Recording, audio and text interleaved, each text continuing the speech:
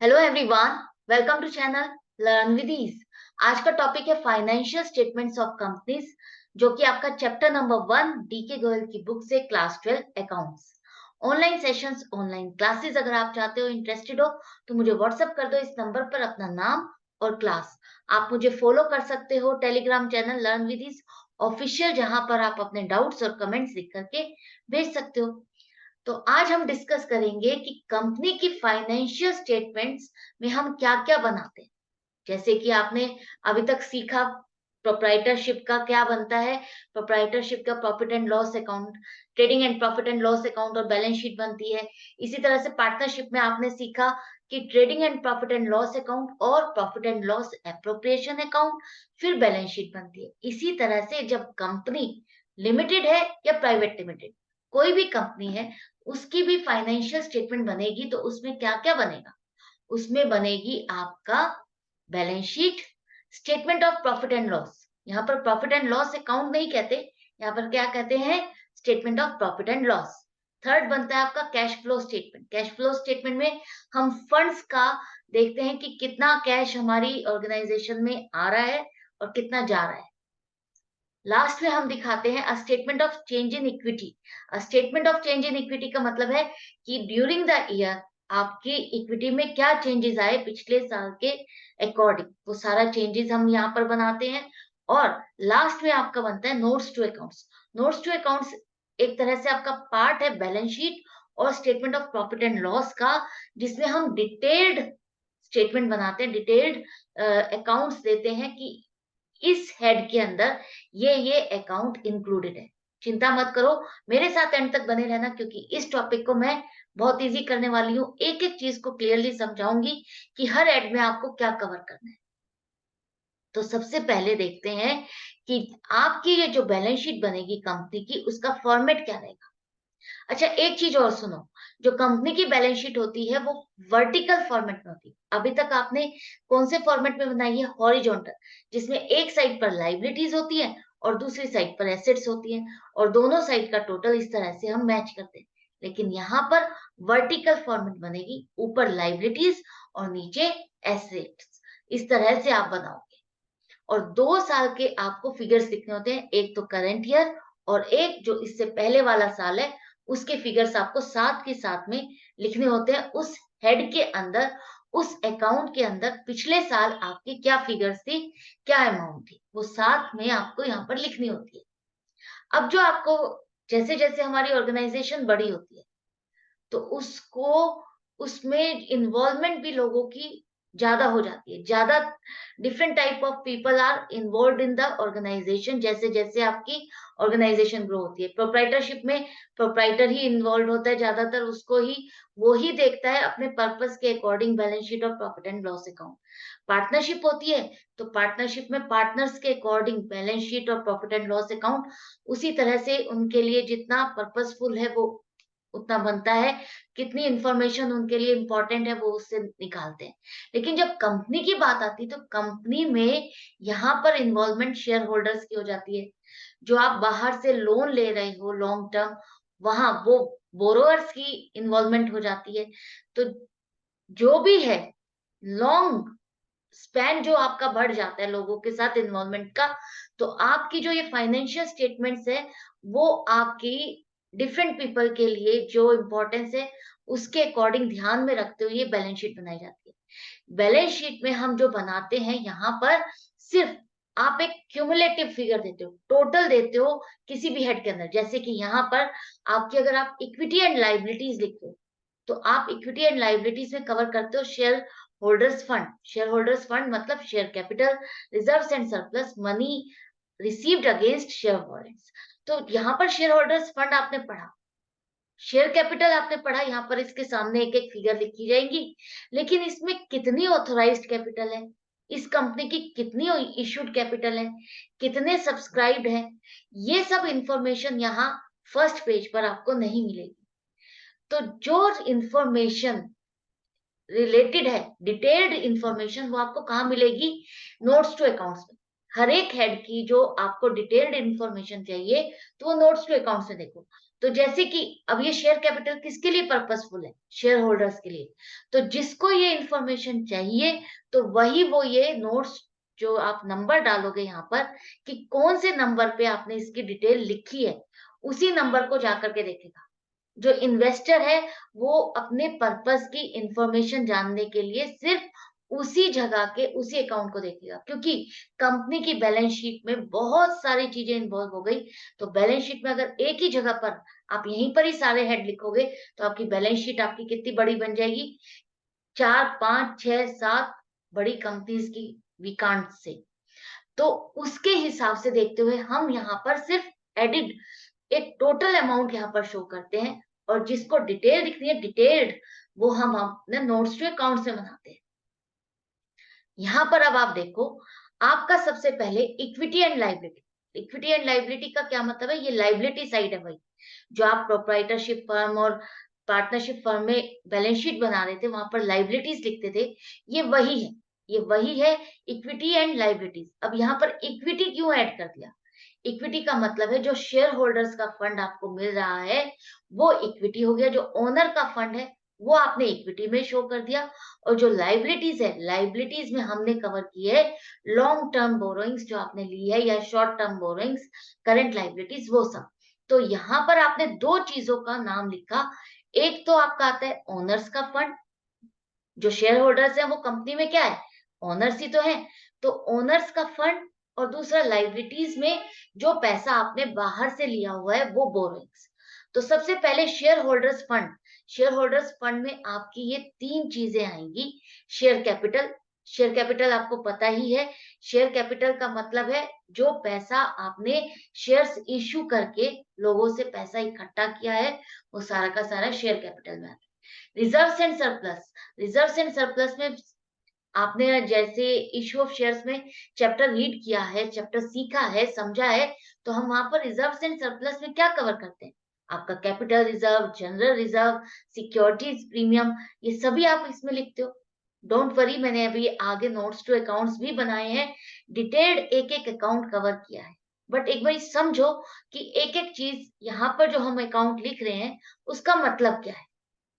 इसके बाद money received against share warrants. इसका मतलब है कि आपने कई बार हम क्या करते हैं, पब्लिक से पैसा ले लेते हैं और उसके अगेंस्ट अभी आपने शेयर वारंट्स इशू नहीं किया, आप उसको फ्यूचर में इशू करोगे कुछ टर्म्स एंड कंडीशन के साथ। तो वो जो पैसा आपने रिसीव किया हुआ है एक तरह से शेयर इशू करने के लिए ही रिसीव किया हुआ है, तो वो पैसा आपका यहाँ शो किया जाएगा।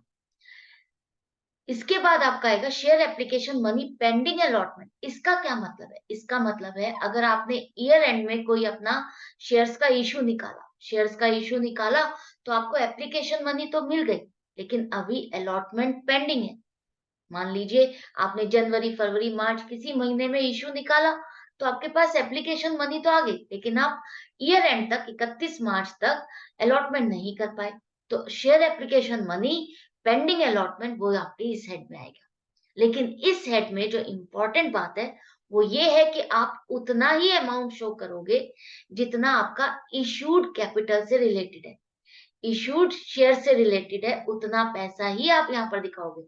जो पैसा एक्सेस एप्लीकेशन का आपके पास आया होता है, जो आपको रिफंड करना है, वो यहाँ पर नहीं आएगा, वो आपका करंट लाइबिलिटीज में आएगा, जो पैसा आपको वापस करना है, रिटर्न करना है। करेक्ट? तो ये बात याद रखना, क्योंकि इस चैप्टर में से जो आपको क्वेश्चंस आएंगे वो बेसिकली यही पूछा जाएगा। एक कोई अकाउंट दिया जाएगा और पूछा जाएगा कि ये कहां पर शो करोगे आप? बैलेंस शीट में शो करोगे तो बैलेंस शीट के कौन से हेड में शो करोगे? तो इस तरह से क्वेश्चन आएंगे। तो इसमें चैप्टर में सिर्फ इतना समझने की जरूरत है कि इस अकाउंट का मतलब क्या है और ये शो कहां किया जाएगा। नेक्स्ट है आपका non current liabilities. Non current liabilities का क्या मतलब है? जो मोर देन 12 मंथ्स आपकी रहने वाली है, जो आपको मोर देन 12 मंथ्स के बाद आपको पे करनी है। तो वो कौन सी होती है? Long term borrowings. Long term borrowings में आपकी कौन कौन सी आती है? डिबेंचर्स, डिबेंचर्स आते हैं, और क्या आता है? पब्लिक बॉन्ड्स आते हैं। तो ये सब आपके लॉन्ग टर्म बोरोइंग्स है। Deferred tax liability, deferred tax liability समझने वाली है। इसका मतलब क्या है? इसका मतलब है कि आप इतना समझो कि जो कंपनी है, कंपनी की जो बैलेंस शीट बन रही है, वो आप कंपनीज लॉ के अकॉर्डिंग बना रहे हो, और जो आपकी इनकम पे टैक्स लगता है, वो इनकम टैक्स एक्ट के अकॉर्डिंग लगता है। तो कंपनी अपनी तरफ से रूल्स बताती है और इनकम टैक्स अपनी तरफ से रूल बताता है। तो कंपनीज के रूल के अकॉर्डिंग जो टैक्स लायबिलिटी आपको बनती है, और वो टैक्स लायबिलिटी अगर ज्यादा बनती है, और इनकम टैक्स के अकॉर्डिंग वो लायबिलिटी इनकम पर आपकी कम बनती है, तो आपने तो कम के अकॉर्डिंग इनकम टैक्स में वो टैक्स जमा कर दिया जो कम बन रहा है। लेकिन अगर कंपनीज लॉ के अकॉर्डिंग आपकी टैक्स लायबिलिटी ज्यादा बनती है, तो वो यहाँ पर आप दिखाओगे वो डिफरेंस जो आपने पे कर दिया, लेकिन बनता टैक्स ज्यादा था।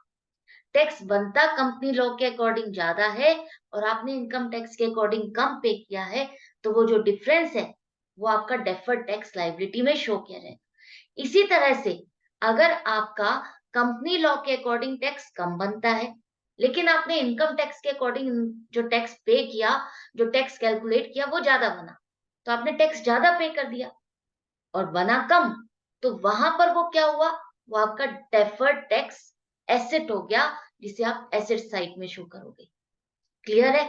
आई होप आपको अच्छे से समझ में आ गया। सिर्फ इतना ही पूछा जाएगा आपसे कि डेफर्ड टैक्स लायबिलिटी आपको कहाँ शो करनी है, तो वो है आपकी नॉन करेंट लायबिलिटीज में आप इसको शो करोगे, क्योंकि ये आने वाले सालों में जो भी आपकी टैक्स लायबिलिटीज होती है, उसमें ये एडजस्ट होता रहता है। आगे जब अगले साल आप टैक्स कैलकुलेट करोगे, तो ये यहाँ पर यूज किया जाएगा, ये टैक्स की लायबिलिटी को यूज किया जाएगा। अगर आगे आपकी वो एसेट बन जाती है, तो वो यहाँ पर इसको एडजस्ट किया जाएगा। क्लियर है? अदर लॉन्ग टर्म लायबिलिटीज, ये सब मैंने नोट्स में कवर किया है, वो भी मैं आपको बताऊंगी। लॉन्ग टर्म बोरोइंग्स में तो आपका डिबेंचर्स एंड पब्लिक डिपॉजिट्स आ गया।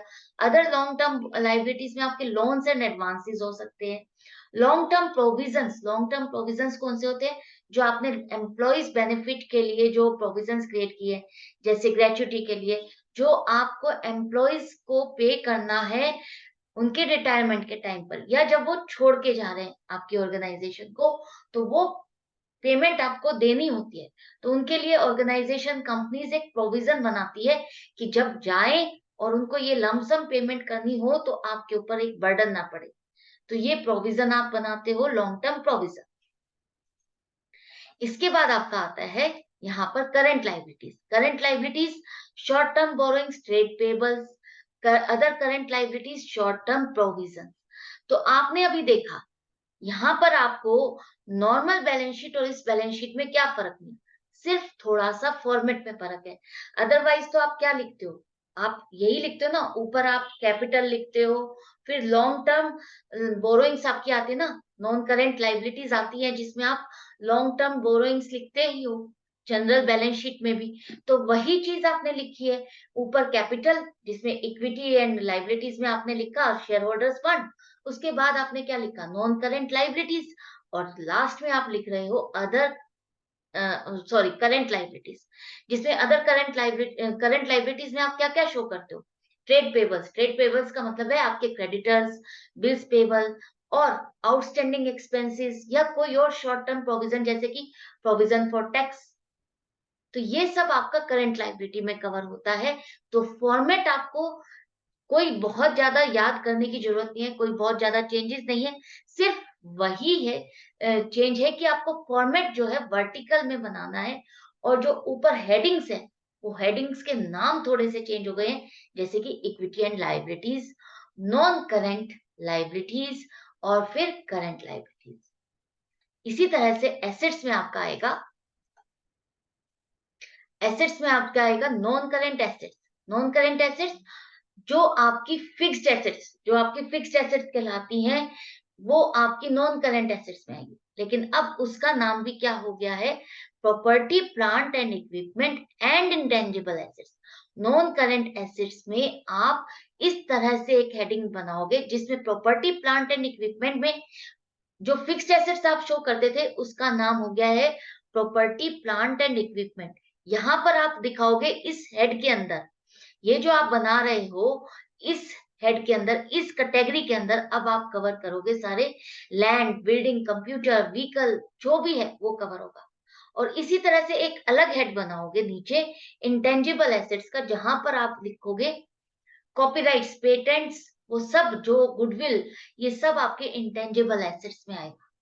तो नॉन करंट एसेट्स में एक तरह से आपकी वो सारी एसेट्स हैं जो आप बैलेंस शीट में फिक्स्ड एसेट्स मान के लिखते हो, या जो दूसरी इंटेंजिबल एसेट्स लिखते हो, बस उनको कैटेगराइज किया गया है यहाँ पर बैलेंस शीट में कि आपको सिर्फ इसी हेड के अंदर लिखना है इस चीज को। अगर ये चीज है तो आपकी इसी हेड के अंदर आएगी। जैसे कि प्रॉपर्टी प्लांट एंड इक्विपमेंट के अंडर आपको सिर्फ land, building, plant and machinery, furniture and fixtures, office equipments, computer, ये सब दिखाना है। और इंटेंजिबल एसेट्स है तो इसके नीचे आपका आएगा goodwill, patent, copyright. Capital work in progress का मतलब है जो आपका जैसे कि आपने कोई एसेट खरीदी लेकिन वो अभी पूरी कंप्लीट नहीं हुई है, जैसे कि कोई बिल्डिंग खरीदी और वो अंडर कंस्ट्रक्शन है, तो वो आपकी कैपिटल वर्क इन प्रोग्रेस में है। इंटेंजिबल एसेट्स अंडर डेवलपमेंट, उसका क्या मतलब है? जो एसेट आपने अ, जिसका कंफर्म, जैसे इंटेंजिबल एसेट्स, कॉपीराइट्स, पेटेंट्स, उनका भी रजिस्ट्रेशन और उन सब चीजों में प्रोसेस में टाइम लगता है, तो वो सब आप यहाँ पर कवर करोगे कि इंटेंजिबल एसेट्स जो कि अंडर डेवलपमेंट है।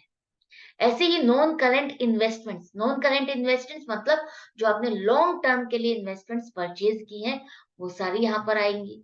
डेफर्ड टैक्स एसेट्स, जैसा कि मैंने लायबिलिटी के साइड पर समझाया था, वही चीज है कि इस टाइम पर आपके इनकम टैक्स का जो टैक्स है वो ज्यादा बना और कंपनी लॉ का टैक्स कम बना, तो आपने टैक्स ज्यादा पे किया है, तो वो आपके लिए एक तरह से एसेट हो गया। Long term loans and advances जो 12 मंथ से ज्यादा के लिए है और आपके लिए एसेट है, आपने किसी को लोन या एडवांस दिया हुआ है। अदर नॉन करंट एसेट्स, इसके बाद नेक्स्ट आएगा आपका करंट एसेट्स। करंट एसेट्स में आपको सबको पता है इन्वेंट्रीज हम कवर करते हैं, जैसे कि स्टॉक, और ट्रेड रिसीवेबल्स में आपका आता है debtors, bills, receivable. Cash and cash equivalent में आएगा आपका कैश का बैलेंस, बैंक का बैलेंस, फिक्स्ड डिपॉजिट्स जो भी कैश में कन्वर्टेबल है within few months without any more cost, without any significant cost, कोई आपको ज्यादा बिना कॉस्ट पे किए, जिसे आप इजीली कन्वर्ट कर सकते हो। जैसे फिक्स डिपॉजिट आप किसी भी टाइम पर जाकर के उसको कन्वर्ट कर सकते हो अपनी कन्वीनियंस और नीड के अकॉर्डिंग। बैंक का बैलेंस, जैसे कि आपको जैसे ही जरूरत पड़ी आपने उसको ले लिया। कोई और सिक्योरिटीज जिसे आप बेच करके तभी की तभी आप पैसा ले सकते हो, तो वो सब कैश एंड कैश इक्विवेलेंट्स में आएगा। Short term loans and advances, short term loans and advances जो आपने विद इन 12 मंथ्स के लिए आपने दिए हैं, वो सारे के सारे यहाँ पर आएंगे। अदर करंट एसेट्स, आप देखो, आप नोट्स टू अकाउंट्स, जहां पे मैंने सब कुछ कवर किया है, यहाँ पर देखो। सबसे पहले notes to accounts, notes to accounts क्या है? जैसा कि मैंने अभी आपको बताया था, वहां पर आपने एक एडिशन, पूरा एक टोटल लिखा हो, इस हेड के अंदर आपका ये फिगर आएगा। अब अगर आपको जानना है कि इस फिगर में है क्या, तो आपको नोट्स टू अकाउंट्स में देखना है। जैसे कि फर्स्ट आपका शेयर कैपिटल आ गया, अगर आपको शेयर कैपिटल देखना है तो वहां पर आपका नंबर 1 डला होगा, और आप नंबर 1 का नोट्स टू अकाउंट दिखा खोलोगे और उसे देखोगे, तो यहाँ पर आपको शेयर कैपिटल की पूरी डिटेल मिलेगी कि कंपनी की ऑथराइज्ड कैपिटल कितनी है। ऑथराइज्ड कैपिटल मतलब मैक्सिमम कितने शेयर्स वो इशू कर सकती है, कितनी तरह के शेयर्स हैं, इक्विटी के कितने हैं, प्रेफरेंस के कितने हैं, फेस वैल्यू कितनी है, इश्यूड कैपिटल कितनी है। ऑथराइज्ड तो इतनी है, लेकिन कंपनी ने अभी तक इशू कितने किए हैं शेयर्स, इक्विटी भी और प्रेफरेंस भी। इसके बाद आपने सब्सक्राइब, आपने अलॉट कितने किए हैं शेयर्स, इशू तो इतने किए लेकिन आपके सब्सक्राइब कितने हुए, वो इक्विटी और प्रेफरेंस में दोनों।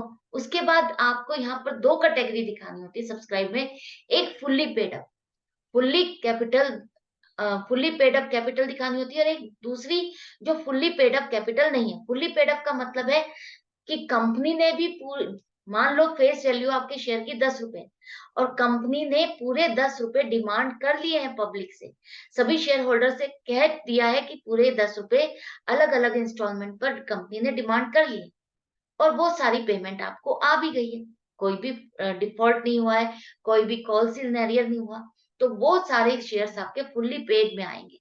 लेकिन अगर कुछ शेयर्स आपके ऐसे हैं जहां पर आप कंपनी ने 10 रुपए के शेयर में 8 रुपए ही अभी डिमांड किए और 8 रुपए ही डिमांड किए, तो वो फुल्ली पेड अप की कैटेगरी में नहीं आएंगे, चाहे पब्लिक ने, शेयर होल्डर ने पूरा पैसे 8 रुपए पे कर दिए। दूसरा केस, जब कंपनी ने तो 10 रुपए डिमांड किए, लेकिन पेमेंट आपको कई कई शेयर होल्डर से नहीं मिली, तो वो सारे कॉल सिनेरियर में हो जाएगा, तो वो आपके subscribe but not fully paid up capital की कैटेगरी में कवर होंगे। क्लियर है? अब यहाँ पर भी आपको सारी डिटेल देनी होती है कि डायरेक्टर्स को कितने शेयर से आपने इशू किए, या आपने जो शेयर्स इशू किए हैं कंसिडरेशन अदर देन कैश, वो भी आपको यहाँ पर शो करने होते हैं, वो भी आपको यहाँ पर लिखने होते हैं। क्लियर है? इसके बाद आपने नोटिस किया होगा फॉरफिटेड शेयर अकाउंट। जो शेयर्स आपके शेयर होल्डर पेमेंट नहीं करते, तो आप उनके शेयर्स को क्या करते हो, एक तरह से कैंसिल करते हो, फॉरफिट कर देते हो। तो उनका जो पैसा आपके पास आया हुआ होता है, वो आप कहाँ डालते हो, फॉरफिटेड शेयर अकाउंट में। वो आपका अलग से, यहाँ पर तो आप शेयर कैपिटल का टोटल दिखाते हो बाहर, इसके बाद फॉरफिटेड शेयर अकाउंट का टोटल भी अलग से बाहर आएगा। फिर इन दोनों का टोटल आप ले जा करके मेन बैलेंस शीट में कहा शो करोगे, शेयर कैपिटल वाले टोटल के आगे। क्लियर है?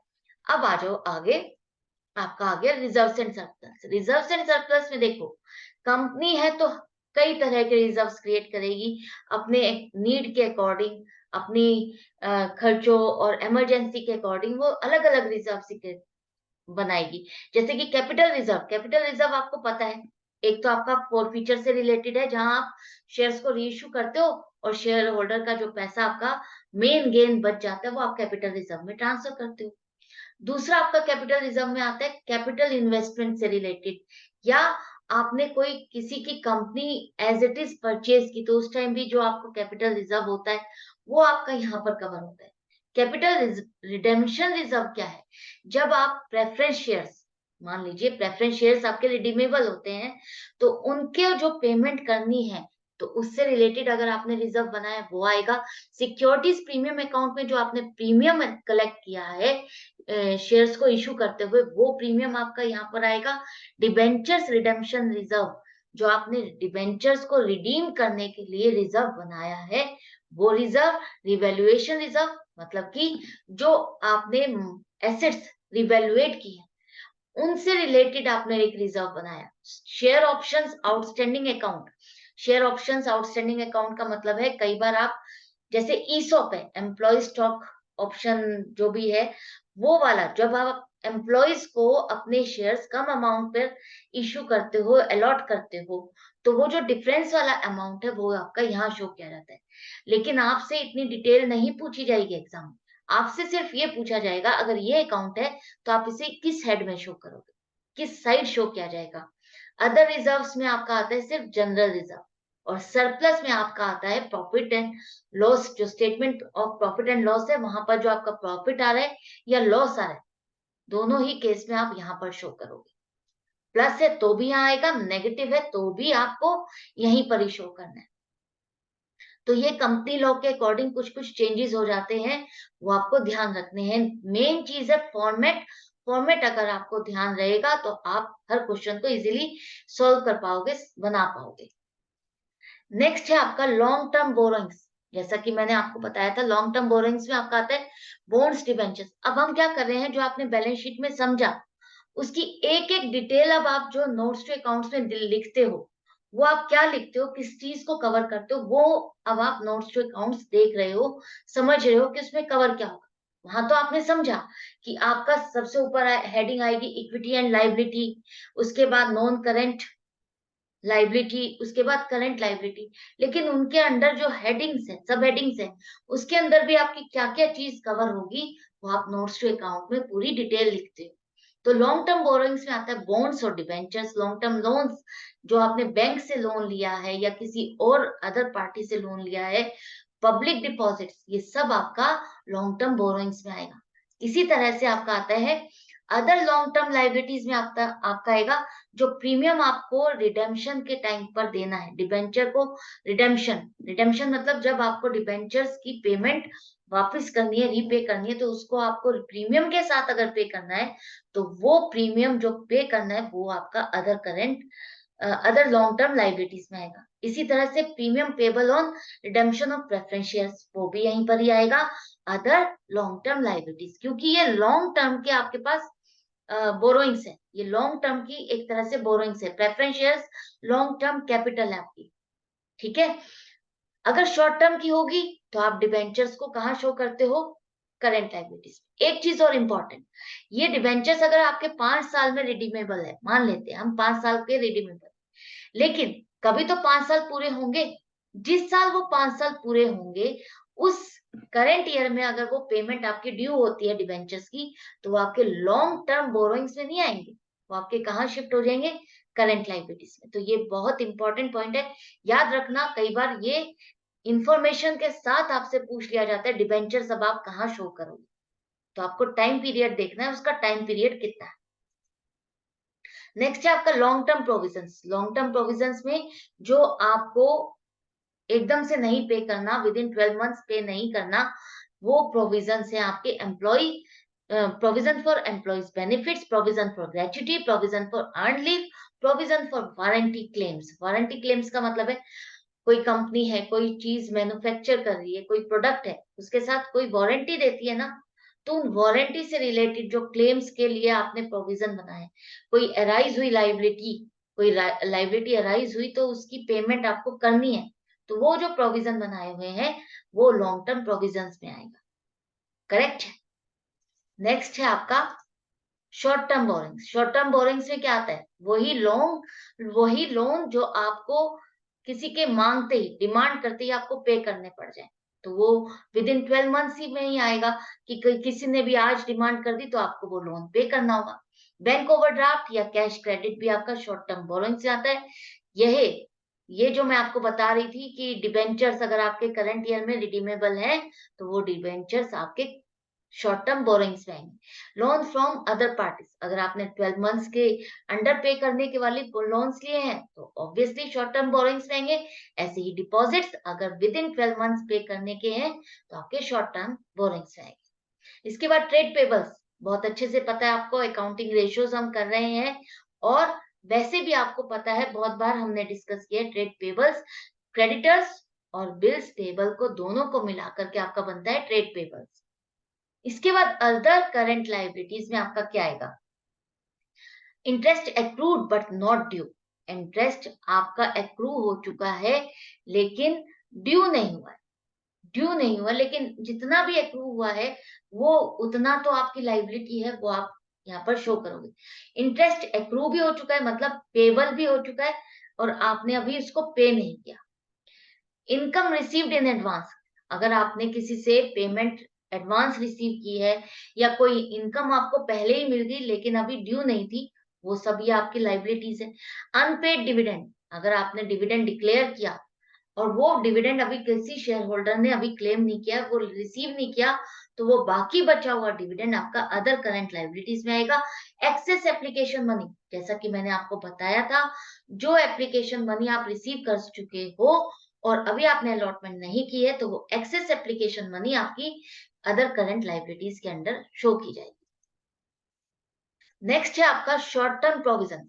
जैसे लॉन्ग टर्म प्रोविजन थे ऐसे शॉर्ट टर्म प्रोविजन है जिनकी पेमेंट आपको, जिनकी एडजस्टमेंट्स आपको विद इन 12 मंथ्स करनी है, जैसे कि provision for doubtful tax, provision for taxation.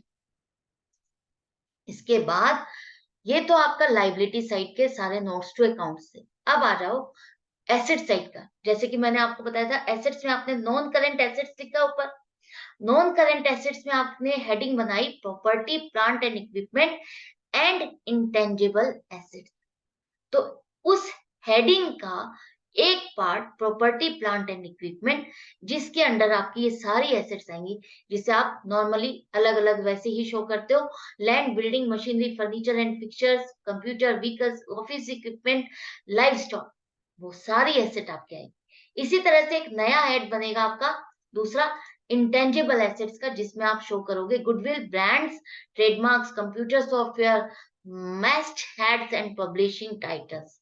अब ये एग्जैक्टली मुझे भी नहीं पता, बट जितना है कि ये किसी न्यूज़पेपर की टॉप पेज पे या मैगजीन में जो टॉप टाइटल्स होते हैं उसके बारे में कुछ बुक में लिखा हुआ है, वो चीज आपकी यहाँ पर इंटेंजिबल एसेट्स में आता है।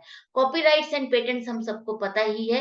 रेसिपीज, फॉर्मूले, मॉडल्स, डिजाइन, ये भी जो आप कंपनी के खुद के होते हैं जिस पर वो अपना कॉपीराइट पेटेंट्स बना लेती है, वो खुद के जो उसके एसेट है जो उसने खुद में बनाई है। जैसे किसी रेस्टोरेंट का कोई चीज बनाने की रेसिपी है, तो वो उसकी एक तरह से एसेट है जो कि आप देख नहीं सकते हो, तो इंटेंजिबल एसेट है। तो रेसिपी, फॉर्मूले, मॉडल्स, डिजाइन, ये भी आपका इंटेंजिबल एसेट में आएगा। लाइसेंस और फ्रेंचाइजी, ये भी इंटेंजिबल एसेट्स में आएगा।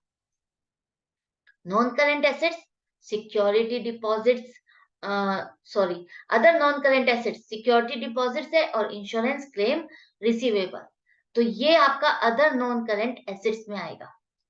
नॉन करेंट एसेट्स में तो आपने देख लिया क्या क्या आएगा। वहीं पर आपने एक अलग सब हेड बनाया था, अदर नॉन करेंट एसेट्स, तो उसमें क्या क्या हो सकता है? Security deposits, insurance claim, receivables. ये चीजें आपको जो है ना, इसको समझने के लिए आपको मेरे साथ क्वेश्चन सॉल्व करने होंगे, तभी आपको एक एक हेड और अच्छे से समझ में आएगा कि किसमें क्लियर हो, किसमें ये कवर होगा। अब आ रही आती है करंट एसेट्स। करंट एसेट्स नई चीज नहीं है आपके लिए, बहुत बहुत बार आपने बनाया है, लिखा है, करा है। करंट एसेट्स का मतलब आपका है प्रीपेड एक्सपेंसेस और आपका short term loans and advances. Trade receivables मतलब डेटर्स और बिल्स रिसीवेबल। इन्वेंट्रीज मतलब स्टॉक। शॉर्ट टर्म इन्वेस्टमेंट्स जो आपको विद इन 12 मंथ्स बेचनी है, रियलाइज करनी है। कैश एंड कैश इक्विवेलेंट, मैंने अभी आपको बताया था, जिसमें आप कैश, बैंक का बैलेंस, फिक्स डिपॉजिट्स, ये सब कवर करते हो।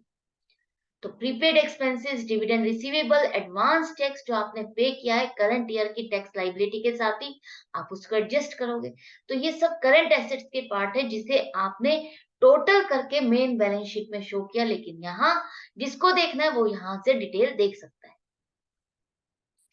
इसी तरह से कुछ ऐसी लाइबिलिटीज भी हैं जो कि अनसर्टेन है, जिनकी आपने अमाउंट अभी सर्टेन नहीं है, वो चीजें भी आपको दिखानी होती है बैलेंस शीट में, और वो बैलेंस शीट के नोट्स टू अकाउंट में आपको डिक्लेयर करना है। जैसे कि प्रपोज डिविडेंड, प्रपोज किया है अभी आपने, डिविडेंड कितना होगा ये नहीं पता, प्रपोज किया है कि हो सकता है कि आप इस साल डिविडेंड दो। इसी तरह से अगर आपने कोई बिल डिस्काउंट करा लिया, कोई बिल्स रिसीवेबल था आपने बैंक से डिस्काउंट करा लिया, है ना, और वो अभी मैच्योर ही नहीं हुआ, वो अभी मैच्योर नहीं हुआ, तो हो सकता है वो डेटर पेमेंट करे ना करे, तो वो आपके लिए कॉन्टिजेंट लाइबिलिटी है कि अगर वो डेटर डिफॉल्ट कर गया, उससे पेमेंट नहीं की बैंक को, तो बैंक को पेमेंट आपको करनी होगी। तो ये बिल्स कितने डिस्काउंट आपने करे हुए हैं ये भी आपको डिस्क्लेयर करना होता है। इसी तरह से कुछ क्लेम है कंपनी के अगेंस्ट, वो आपको पता नहीं कितना हो सकता है, तो एक इस तरह से क्लेम है कंपनी के ऊपर, ये आपको यहाँ पर डिक्लेयर करना होता है। कितनी गारंटीज कंपनी ने किस किस को दी हुई है, ये भी आपको यहाँ पर डिक्लेयर करना है, क्योंकि कब वो गारंटी ब्रेक हो जाए और आपको ये पेमेंट करनी पड़ जाए। इसी तरह से कुछ कमिटमेंट्स हैं जो अभी पूरी नहीं कर पाए हो आप, इस साल में आपकी कंप्लीट नहीं हो पाई, जैसे कि कॉन्ट्रैक्ट्स जो कि आपके रह गए हैं कंप्लीट होने में। कोई एरियर्स हैं डिविडेंड के जो आपको पेमेंट करनी है, वो अभी आपने नहीं की। एरियर्स ऑफ डिविडेंड का मतलब है यहाँ क्यूमुलेटिव प्रेफरेंस शेयर्स पर जो आपको पे करना होता है। प्रेफरेंस शेयर्स की एक खासियत ये है कि उनको अगर डिविडेंड आपने देना है और किसी साल आप लॉस की वजह से डिविडेंड नहीं दे पाए, तो वो डिविडेंड उनका क्यूमुलेटिव होता जाएगा, जुड़ता जाएगा, कि इस साल का डिविडेंड इतना, और अगले साल का जब आपको प्रॉफिट होगा तो जो आप डिविडेंड इस पर दोगे, तो वो उस साल का डिविडेंड भी दोगे, और जो पिछले साल का आपने लैप्स कर दिया लॉस की वजह से, तो वो भी जुड़ गया है, वो सारा डिविडेंड आपको देना पड़ेगा। तो वो डिविडेंड जो आपने नहीं दिया, एरियर्स ऑफ डिविडेंड, वो भी आपको यहाँ शो करना होता है। तो ये थे आपके नोट्स टू अकाउंट्स। इस तरह से आपको पूरी डिटेल देनी होती है, क्योंकि कंपनी की बैलेंस शीट है, कंपनी एक बिग ऑर्गेनाइजेशन होगी तो ब्रॉड लार्ज स्केल पर यहाँ पर अकाउंट्स और सब चीजें होंगी, तो उस हिसाब से आपको बैलेंस शीट समझनी होगी। नोट्स टू अकाउंट्स में सारी डिटेल होती है और बैलेंस शीट में आपके मेन फिगर्स होते हैं। क्लियर? इसी तरह से statement of profit and loss देखो, यहाँ पर सबसे ऊपर हम कंपनी का नाम लिखेंगे और ईयर एंडिंग कौन सा है वो लिखोगे, और वही सेम चीज आपको करंट ईयर और प्रीवियस ईयर दिखाना है। और यहाँ पर लिखो नोट्स, नोट्स में हम वो नंबर लिखते हैं जो नोट्स टू अकाउंट में आप डिटेल लिखोगे। सेम उसी तरह से आपको यहाँ पर, जैसे ये भी वर्टिकल फॉर्मेट में बनेगा, जैसे आप एक साइड पर दिखाते थे trading and profit and loss account बना रहे हो, तो एक साइड पर आप सारे खर्चे और क्रेडिट साइड पर आप इनकम दिखाते थे। तो इनकम में आप क्या दिखाते हो? आप किसी भी ऑर्गेनाइजेशन में इनकम क्या होगी? उसकी सेल ही होगी ना। सेल जो होगी, जो वो जो भी काम करता है, तो वो सेल के फॉर्म में ही उसकी इनकम होगी। अगर वो ट्रेडिंग करता है तो ट्रेडिंग में वो सामान खरीद के जो बेच रहा है वो भी सेल है। मैन्युफैक्चरिंग कर रहा है तो वो भी मैन्युफैक्चर करके प्रोडक्शन करके उस सामान को बेच रहा है, तो वो भी सेल के फॉर्म में ही आएगा। तो रेवेन्यू फ्रॉम ऑपरेशंस ये नया नाम मिल गया आपको सेल के लिए। कंपनी में जब भी लिखा जाएगा सेल को, क्या लिखा जाएगा? Revenue from operations. जो उसका जनरल रेगुलर बिजनेस है उससे जो उसको इनकम आती है वो उसका रेवेन्यू फ्रॉम ऑपरेशंस है फर्स्ट। दूसरा अदर इनकम, अदर इनकम में जो अदर देन बिजनेस की जो आपकी इनकम हो रही है वो इनकम इसमें कवर होगी। जैसे कि हमें फिक्स डिपॉजिट्स पर इंटरेस्ट मिला, किसी जगह पर हमने जो इन्वेस्टमेंट्स की हुई है दूसरी कंपनीज में वो डिविडेंड मिले, या कोई रेंट रिसीव करा या कमीशन रिसीव किया, वो सारी अदर इनकम। जैसे आप normal profit and loss account में बनाते हो, आप क्या करते हो? जो दूसरी इनकम मिलती है वो आप क्रेडिट साइड पर शो करते हो ना, रेंट रिसीव किया, कमीशन रिसीव किया, इंटरेस्ट रिसीव किया। वही सेम चीज है, सिर्फ यहाँ पर कुछ हेडिंग्स और उनको एक डिसिप्लिन फॉर्म में बनाया गया है। फर्स्ट रेवेन्यू फ्रॉम ऑपरेशंस में सारा सेल्स रिटर्न ये सब आप शो करोगे। अदर इनकम में रेंट, कमीशन, इंटरेस्ट जो भी आपने अर्न किया वो लिखोगे। इन दोनों का टोटल आपके क्या बन गया? Total income. जो आपके क्रेडिट साइड का टोटल होता है ना प्रॉफिट एंड लॉस अकाउंट का, वही टोटल आपका हो गया टोटल इनकम। अब बारी आती है डेबिट साइड में जो खर्चे। खर्चे कौन कौन से होंगे आपके? वही खर्चे जो आप ट्रेडिंग अकाउंट पे लिखते हो। ट्रेडिंग अकाउंट में आप क्या लिखते हो? Cost of material consumed. Cost of material consumed का मतलब क्या होगा? ओपनिंग स्टॉक जो आपने स्टार्टिंग में था जो आपका स्टॉक, वो plus purchases minus closing stock. तो उससे क्या हुआ? आपने पूरे साल में कितना मटेरियल यूज किया प्रोडक्शन करने में, सेल जो सामान आपने बेचा उसको बनाने में आपने कितना मटेरियल यूज किया वो आपको कैसे पता चलेगा? Opening stock plus purchases minus closing stock. तो कॉस्ट ऑफ मटेरियल कंज्यूम आपका वो प्रेजेंट करता है कि आपने कितना मटेरियल यूज किया। Purchase of stock in trade, आपने सामान ड्यूरिंग द ईयर कितना खरीदा। Change in inventory, change in inventory का मतलब क्या है? जैसे आप ओपनिंग स्टॉक डेबिट साइड पर दिखाते हो, क्लोजिंग स्टॉक क्रेडिट साइड पर दिखाते हो प्रॉफिट एंड लॉस अकाउंट में, तो वो क्या है? आपने एक साइड पर ऐड किया और एक साइड पर माइनस कर रहे हो। यही कर रहे हो एक तरह से। इनकम के साइड पर है तो वो ऐड हो रहा है, और जो एक्सपेंसेस के साइड पर है वो आपको माइनस करना है। यही करते हो आप। तो यहाँ पर भी आप वही कर रहे हो कि आपके पास जो शुरू में स्टॉक था और जो लास्ट में स्टॉक रह रहा है उसमें जो चेंज आया, बढ़ा या घटा, सिर्फ वही लिखना है। यही लिखना है। अगर मान लो ओपनिंग स्टॉक आपका 20,000 है और क्लोजिंग स्टॉक आपका 30,000 है, तो यहाँ पर ओपनिंग स्टॉक क्लोजिंग स्टॉक में कितना चेंज आया? 10,000 का। 10,000 आप यहाँ पर लिखोगे। Change in inventory of finished goods work in progress, मतलब कि जो स्टॉक अभी बन रहा है, पूरा तैयार नहीं हुआ, और जो स्टॉक आपका बन गया है। स्टॉक इन ट्रेड मतलब जो आपने ट्रेडिंग के लिए या रॉ मटेरियल है वो आपने जो रखा हुआ है, वो सभी आप अलग अलग कैटेगरी में चेंज इन इन्वेंट्री लिखोगे। एम्प्लॉइज बेनिफिट एक्सपेंसेस में आपका क्या आता है? वही सारे खर्चे, स्टाफ वेलफेयर, सैलरी, वेजेस, वो सारे खर्चे आपके यहाँ पर आएंगे। फाइनेंस कॉस्ट में आपका आएगा जो इंटरेस्ट आपको पे करना पड़ सकता है डिबेंचर्स पे, या आपने कोई लोन लिया है वो इंटरेस्ट पे करना है, तो वो सारा क्या है? फाइनेंस कॉस्ट है। डेप्रिसिएशन एंड अमोर्टाइजेशन एक्सपेंसेस में जो आपने जो प्रॉपर्टी प्लांट एंड इक्विपमेंट में जो एसेट्स शो करी है, उनमें जो फिक्स्ड एसेट्स पर आप डेप्रिसिएशन लगाने वाले हो, वो डेप्रिसिएशन यहाँ पर आएगा। जो खर्चे जो आपको अमोर्टाइज करने, अमोर्टाइजेशन एक्सपेंसेस का मतलब है जो खर्चे आपने कुछ सालों में डिवाइड कर दिए, वो खर्चे जो इस साल आपको खत्म करने हैं डाल करके, वो आपका यहाँ पर आएगा। अदर एक्सपेंसेस में आपके क्या आएंगे? अदर एक्सपेंसेस में cartage, freight, carriage, printing and stationery, जो आप मिसलेनियस एक्सपेंसेस, चैरिटी, डोनेशन, जितने भी आप खर्चे डालते हो प्रॉफिट एंड लॉस अकाउंट में, वो सभी चीजें आएंगी। बस फर्क इतना है कि यहाँ पर एक हेडिंग के अंदर कर करके आपको ये खर्चे दिखाने।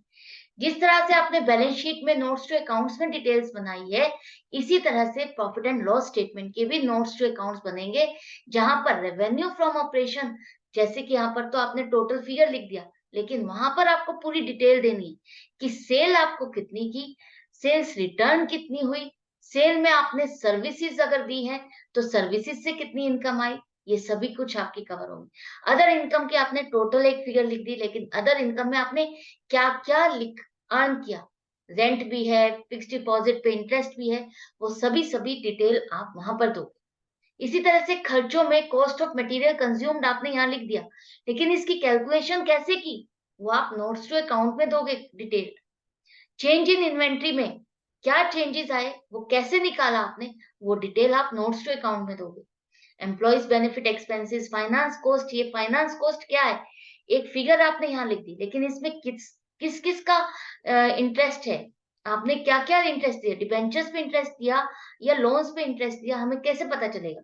हम नोट्स टू अकाउंट्स में जो डिटेल है वहां से देखेंगे। डेप्रिसिएशन की आपने एक फिगर लिख दी, लेकिन डेप्रिसिएशन आपने किस एसेट पर कितना लगाया, तो आपको वो डिटेल नोट्स टू अकाउंट से मिलेगी। अदर एक्सपेंसेस आपने लिखा है, अदर एक्सपेंसेस में क्या आता है, वो भी आपको नोट्स टू अकाउंट से मिलेगा। तो कुल मिलाकर के ये सिर्फ एक आपको ओपनिंग पिक्चर है, ओपनिंग पिक्चर दी जा रही है, एक मोटा मोटा आपको जो एक रफ आइडिया लेना होता है कि इस कंपनी में इतनी इनकम हो रही है, इतना खर्चा है, तो आप इसको देखो। अगर आपको डिटेल देखनी है तो नोट्स टू अकाउंट देख सकते हो। तो बैलेंस शीट जो कंपनीज की बनाई जाती है, वो इसी तरह से बनाई जाती है कि जिसको जो यूजेबल इंफॉर्मेशन लेनी है, वो पर्टिकुलर हेड के नोट्स को जाकर के देख ले। इसके बाद यहाँ पर एंड में आपका आता है कि प्रॉफिट बिफोर टैक्स, जो आपने इनकम कैलकुलेट की 3 नंबर पे, उसमें से माइनस कर दो जो खर्चे अभी आपने सारे टोटल किए खर्चे, तो वो प्रॉफिट बिफोर टैक्स आ गया, क्योंकि अभी आपने टैक्स अभी इसमें से डिडक्ट नहीं किया, टैक्स तो पे करना है ना, तो वो टैक्स यहीं पर ही किया जाता है। अब इसके बाद अब आप टैक्स लगाओगे, टैक्स कैलकुलेट करोगे, वो यहाँ पर माइनस किया जाएगा, और एंड में आएगा आपका प्रॉफिट आफ्टर टैक्स, जो कि आपका ट्रांसफर किया जाएगा रिजर्व एंड सरप्लस। क्लियर है? तो इस तरह से आपको प्रॉफिट एंड लॉस स्टेटमेंट बनानी है कंप्लीटली। नोट्स टू अकाउंट्स में क्या शो किया जाएगा, किस तरह से शो किया जाएगा, कोई घबराने वाली बात नहीं है। अगर आपने प्रॉफिट एंड लॉस अकाउंट को बहुत अच्छे से समझा हुआ है, तो ये आपके लिए सुपर इजी है, कोई डिफिकल्ट नहीं है। इसको और डिटेल में समझने के लिए आपको मेरे साथ बने रहना होगा, क्योंकि हर वीडियो में, अब नेक्स्ट वीडियो में जो स्टार्ट करने वाली हूँ इस चैप्टर की, वो इसके क्वेश्चन से रिलेटेड, और क्वेश्चंस को जब हम सॉल्व करेंगे तो अब हम इसके डीपली कॉन्सेप्ट्स को समझ पाएंगे, डीपली एक एक अकाउंट को, कि वो कहाँ शो किया जाएगा। अगर कोई करंट एसेट है तो वो करंट एसेट हम क्यों मान रहे हैं, कोई करंट लाइबिलिटी है तो वो करंट लाइबिलिटी हम क्यों मान रहे हैं, वो सभी चीजें हम समझेंगे आगे प्रैक्टिकल प्रॉब्लम्स के साथ। तो ये था एक इंट्रोडक्शन वीडियो, मैंने जो एक बना दिया है आपके बेस के लिए, एक फॉर्मेट, ताकि आपके दिमाग में बैठ जाए कि आपको फॉर्मेट किस तरह से बनाना होता है कंपनी की बैलेंस शीट में। क्योंकि एक तो इश्यू ऑफ शेयर्स में भी आपका बैलेंस शीट बनानी आ सकती है, जिसमें आपको पूरा शेयर्स की डिटेल देनी होगी, ऑथोराइज्ड कैपिटल कितनी है, इश्यूड कैपिटल कितनी है, और सब्सक्राइब कैपिटल कितनी है, वो सभी आपको डिटेल समझनी होगी किस तरह से प्रेजेंट करनी है, क्योंकि प्रेजेंटेशन के ही मार्क्स है कंपनी अकाउंट्स में, आपके प्रेजेंटेशन के ही मार्क्स है। तो मैं मिलती हूँ आपसे नेक्स्ट वीडियो में नेक्स्ट क्वेश्चन के साथ। आई होप ये वीडियो आपके लिए यूजफुल रही होगी, रहेगी। तो लाइक का बटन जरूर से प्रेस करना और मेरे साथ नेक्स्ट वीडियोस में बने रहना ताकि प्रैक्टिकल प्रॉब्लम्स आपको अच्छे से समझ में आए। Good bye and